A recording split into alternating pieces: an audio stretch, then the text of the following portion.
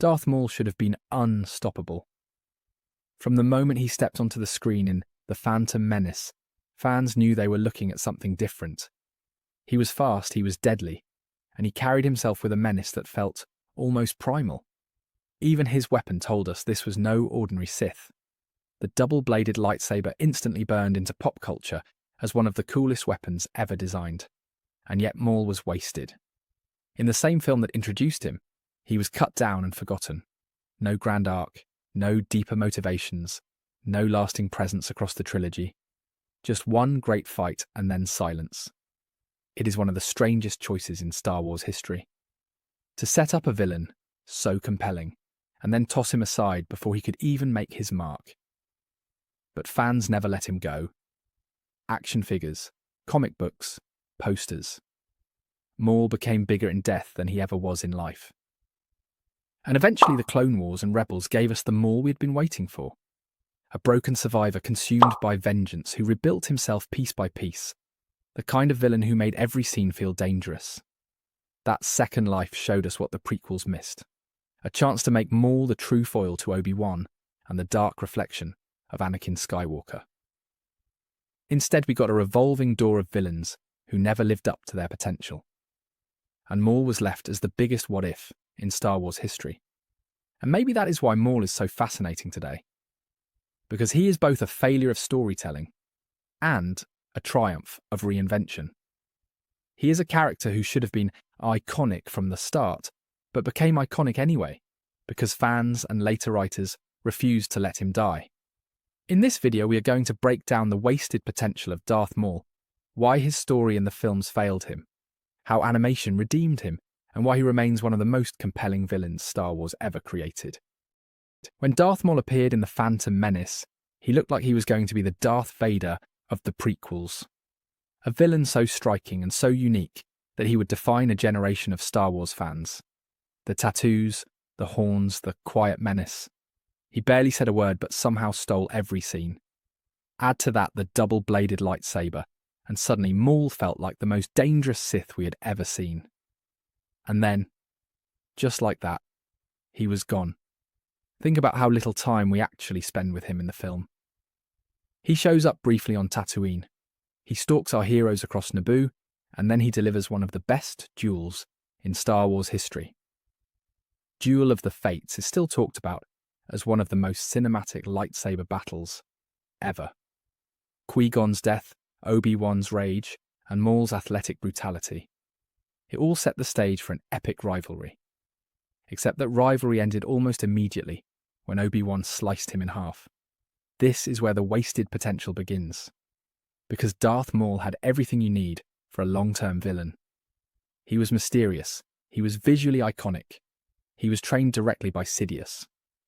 He could have been the connective tissue across all three prequels. Instead, Lucas killed him off at the end of the first act of the trilogy. It felt like a bait and switch. The marketing pushed him as the next great villain, but the script treated him as disposable. Compare that to Darth Vader. Vader grew across 3 films. We learned his goals, his failures, his conflict with Luke. He became iconic not just because of how he looked, but because of how his story unfolded. Maul was denied that chance. Imagine if he had survived the Phantom Menace to become a constant thorn in the Jedi's side. A rival to Anakin, a test for Obi-Wan, a shadow of Sidious working in the dark. That version of Star Wars would have been far more compelling. Instead, the prequels shifted villains constantly. Maul in Episode 1, Dooku in Episode 2, Grievous in Episode 3. None of them had the chance to truly grow.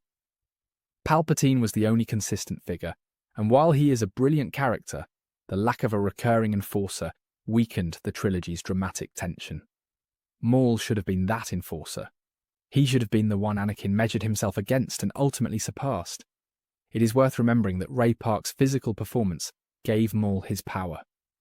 The martial arts choreography, the intensity of his movements, the silence that made him terrifying. He did not need dialogue because his body told the story, and yet the films left that resource untapped. They had one of the most unique performances in Star Wars history, and cut it short in service of moving the plot along. Fans felt the sting of this. You can tell by how quickly Maul became a cult favourite, even after such limited screen time. His action figures, his posters, his expanded universe stories. Fans clung to him because they knew he deserved more. Maul was never forgotten, because he never got the story he earned. The Phantom Menace accidentally proved how much presence matters. A character can dominate a franchise with just a handful of scenes. But it also proved how wasteful it can be to throw away a villain too soon. Darth Maul was lightning in a bottle, and Lucas poured it out before the storm even began. The wasted potential of Darth Maul started in The Phantom Menace, but thankfully the story did not end there. Years after Maul's cinematic death, Star Wars animation came to the rescue. The Clone Wars resurrected him literally and figuratively. Suddenly fans were given the chance to see what could have been if Maul had remained part of the saga. And the results were incredible. We learned that Maul survived his duel with Obi-Wan, twisted and broken, but clinging to life through sheer hatred.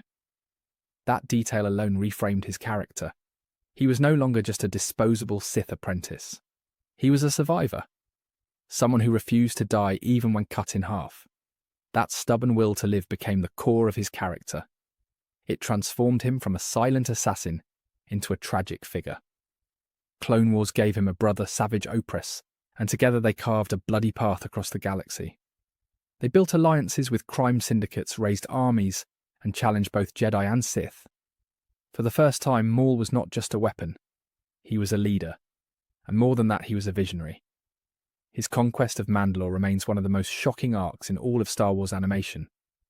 A villain who was supposed to be gone in 1999 returned as a galactic player over a decade later. What makes this even more fascinating is that Maul is not really loyal to anyone. Not Sidious, not the Separatists, not even his allies. He is driven purely by vengeance and survival. And that gives him a dimension that most Sith apprentices lack.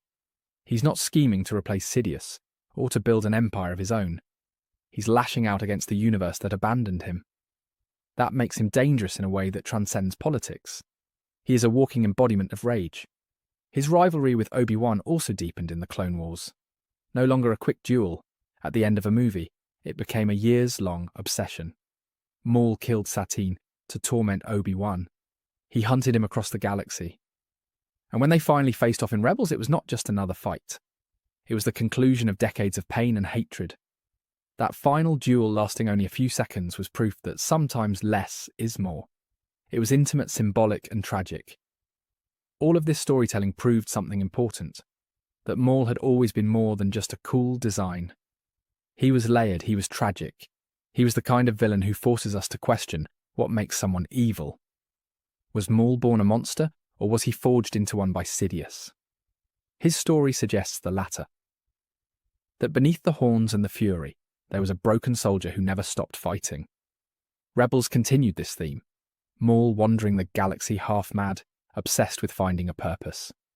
His manipulation of Ezra Bridger showed how desperate he was to pass on something of himself, to not be forgotten. And yet even there his story ends in failure. Ezra rejects him, Obi-Wan ends him, and Maul dies not as a conqueror, but as a cautionary tale. Maul's expanded story revealed what the Phantom Menace wasted. That he could have been the emotional through-line of the prequels, a symbol of Sidious's corruption, and the dark mirror to Anakin Skywalker. Instead, it took years of animated series to show fans the character he always could have been, and by then the films had already moved on. So what does all of this tell us about Star Wars? It tells us that sometimes the franchise does not realise what it has until it is too late. Darth Maul is the perfect example of wasted potential reclaimed too late to change the bigger story. In the prequels, Maul could have been the looming figure haunting Anakin's journey, a rival who made him feel insecure and pushed him toward darker choices. Imagine if Maul had been the one to tempt him instead of Dooku, or if Maul had been the one to challenge Obi-Wan in Revenge of the Sith. Those changes alone would have added weight to the trilogy.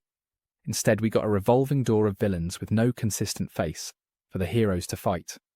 Maul also represents something bigger, the idea that Star Wars often prioritises spectacle over depth. He looked amazing, he fought brilliantly, but the story treated him like an action figure, not a character. It was only later when writers gave him history trauma and goals that he became truly compelling.